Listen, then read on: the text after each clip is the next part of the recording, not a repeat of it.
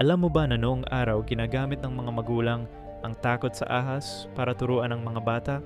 Pero hindi basta ahas lang ito, mga higanting serpenteng may maahika. Sa buong Pilipinas, kilala natin ang mga naga. Sa Mindanao, may mga ahas na kulay bahaghari na nagbabantay sa mga ilog. Sa Luzon naman, may mga Diyos ang ahas na sumusubaybay sa mga tao. Pero ang pinakakilala ay si Bakunawa, ang higanting ahas na kumakain ng buwan tuwing eclipse.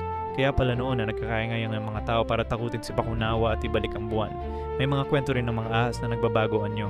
Kung makakita ka ng magandang babae sa ilog, huwag kang maging sakim o baka ahas pala ito na magpaparusa sa iyo. Ang mga kwentong ito ay nagtuturo sa mga bata na respetuhin ang kalikasan. Huwag maging sakim at mag-ingat sa mga delikadong tubig. Hanggang ngayon, marami pa ring Pilipino ang natatakot sa malalaking ilog at gubat dahil sa mga kwentong ito. Narinig mo na ba ang kwento ng naga sa inyong lugar?